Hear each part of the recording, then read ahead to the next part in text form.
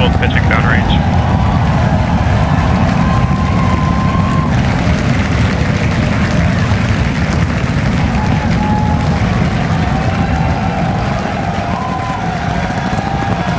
Booster chamber pressure nominal.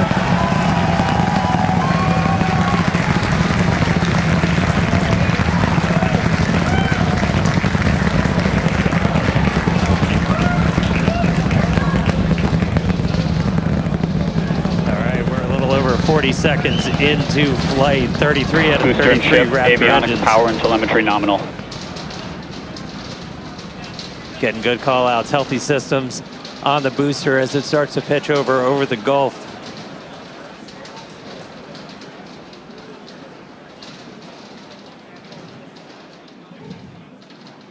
All right, we're a little over 1 minute into flight, about to pass through max Q. Max Q. All right, so we are through the period of maximum dynamic pressure, max stress on the vehicle as it continues to fly.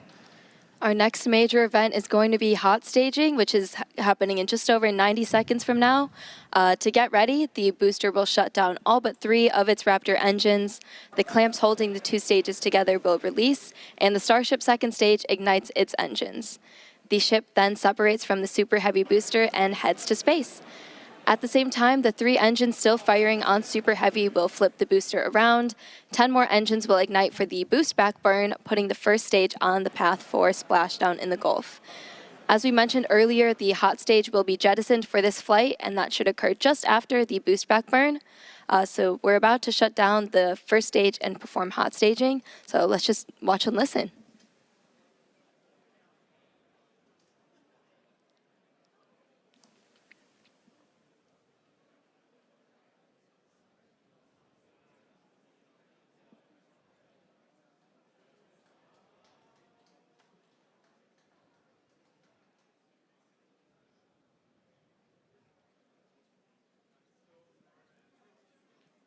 All right, seeing the engine start to throttle down. MECO. Ship ignition. Boost back burn startup. Stage separation.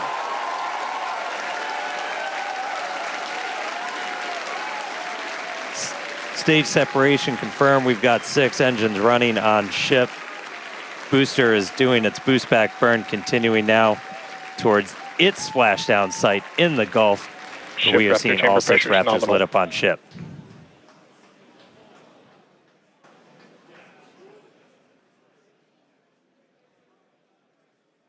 You heard them report ship chamber pressure is nominal, so that chamber pressure, just that expected thrust level in those Raptor engines on the ship. 3 vacuum optimized, Ship 3 sea avionics, level, power and all telemetry looking nominal. good.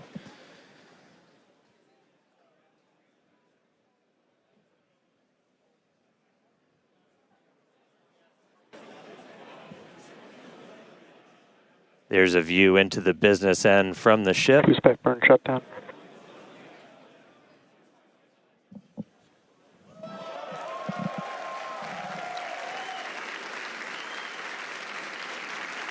All right, so at this point, we finished our boost back burn, so that was shut down. So that's the first of the 2 burns after a launch that the booster is going to do today. So now it's headed towards the Gulf. It's not going to be quite as an aggressive of a flight down. We relaxed that angle of attack a little bit, but we are then going to be looking for it to do its engine tests for the landing burn, and those are going to be a little unique this time. Yeah, typically we start with all 13 inner engines lit for that landing burn and bring that down to just the center 3. But one of our test objectives for today is to simulate what an engine out situation would look like. So we're going to be intentionally turning off one of those center 3 and instead lighting one of the engines from the middle 10 ring. Yeah, we did see one of those engines in the middle ring shut down during the initial ascent. Oh, looks like we have hot stage jettison. You can see it floating away there to the left of the booster. Yeah, we did see one of those middle engines shut down during the ascent. Again, we are resilient to engine out on Super Heavy. That's why we're able to get through our ascent. Starship flying on the expected path. There's still a chance that engine could be back in the mix for the very start of the landing burn, so we'll see if we light up all 13. But we've even done a landing burn at the tower with an engine out, so very resilient. We'll see how it does on its way down to the Gulf, though.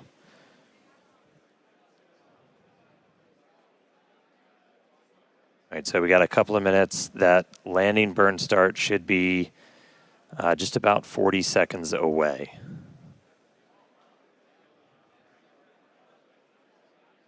That's always rad. You can see the boost plume itself in the background as it was coming in. All right, about 20 seconds to landing burn. Ship Raptor chamber pressure is nominal.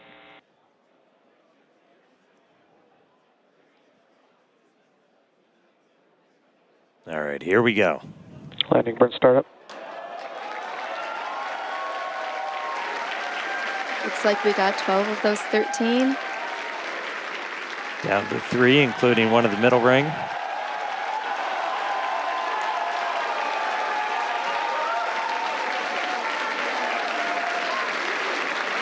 Down to 2. Nice little hover. And landing burn shutdown. And into the Gulf, here we come. And the booster has splashed down.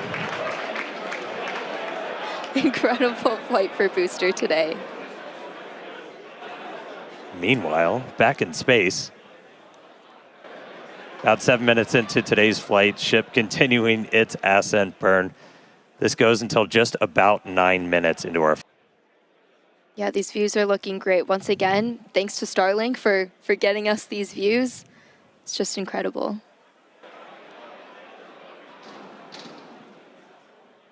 And we just heard the sound from booster.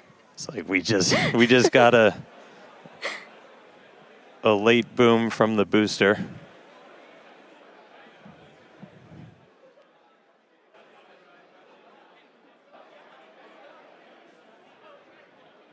Yeah, we have ship engine cutoff coming up here just shortly. And as we mentioned, today's flight test is not an orbital flight, but rather one that demonstrates Starship's orbital capability. Starship and terminal guidance.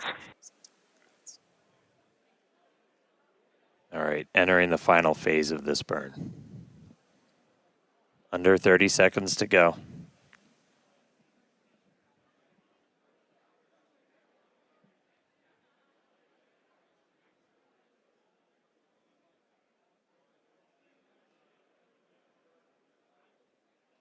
All right, shut down the vacuum engines.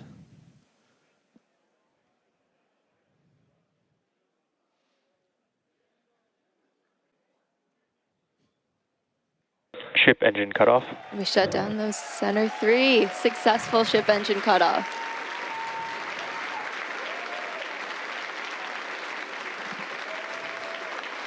Seco, baby. There we go. That's what we want. Nominal orbit insertion. All right, we just heard the call out for nominal orbital insertion.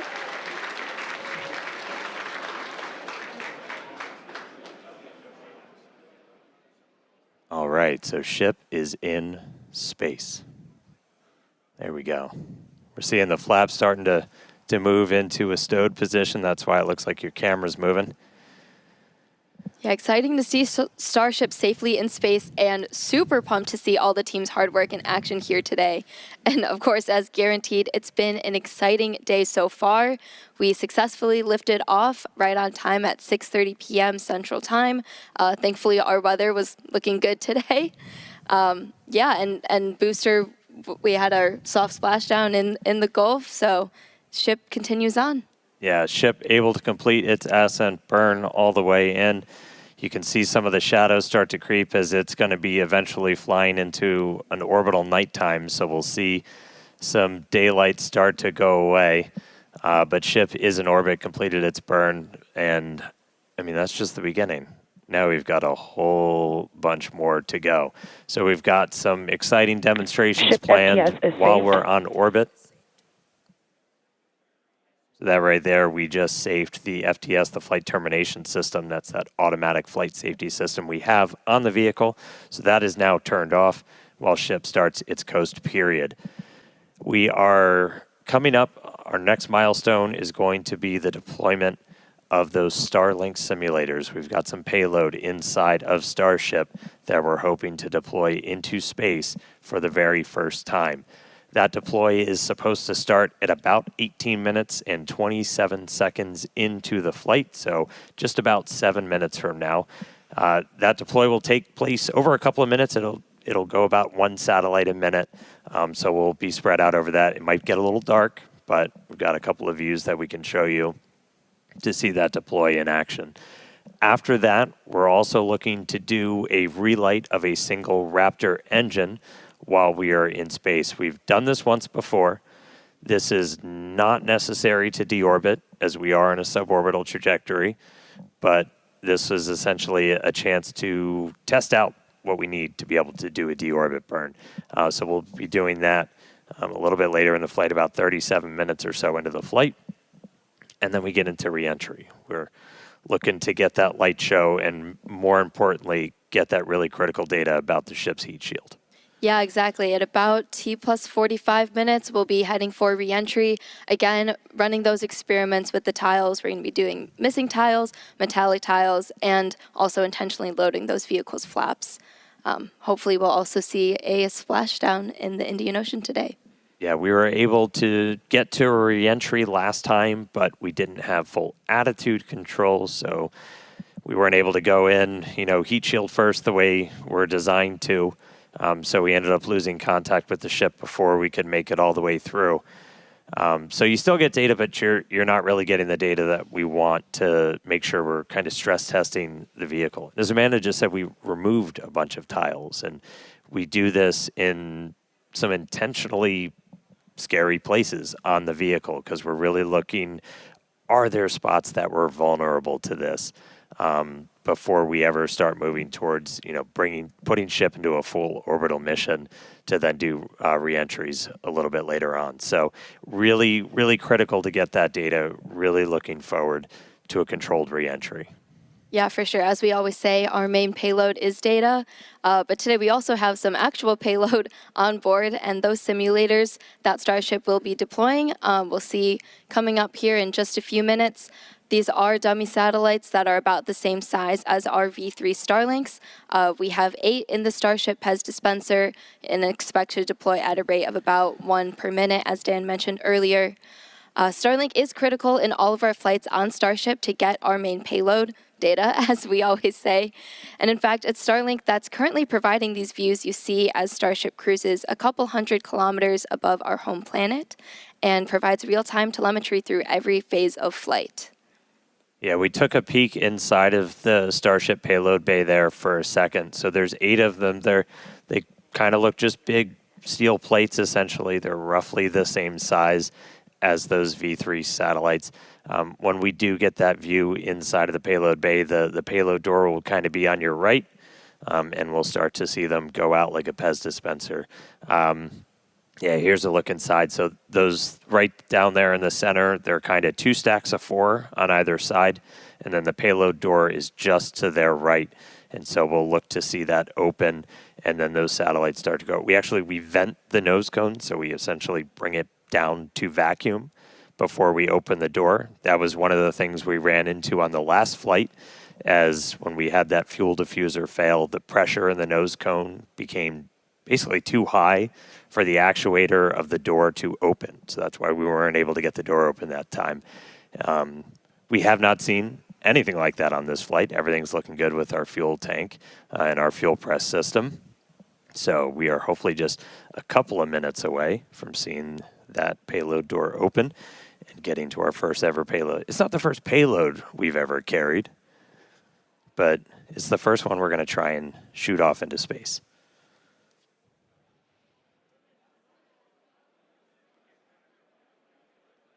All right, so I think we're supposed to open the payload door in just about a minute and change. And you're seeing a little bit of residual gas, and We opened the door once. I want to say it was back on flight 3 when we were able to make it up into space. And you'll kind of see a lot of that gas rushing out into the vacuum of space. It's the residual that's left over after we've already vented it down. So kind of a cool light show. And then we'll get ready to deploy those payloads out.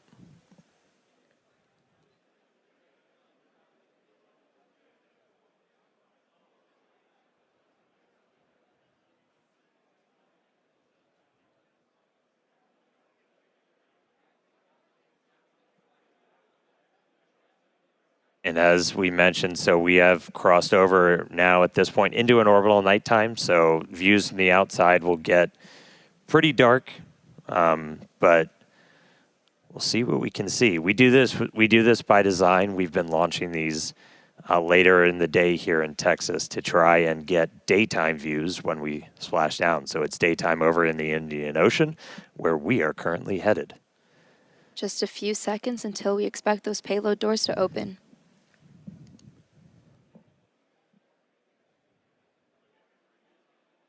All right, one more time. Open the pod bay doors, Hal.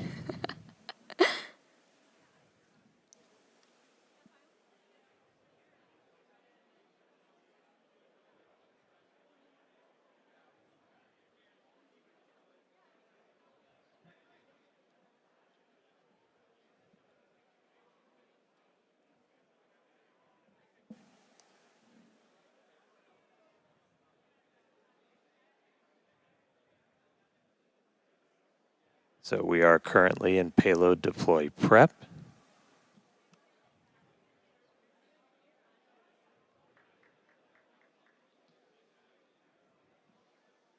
And the door is open.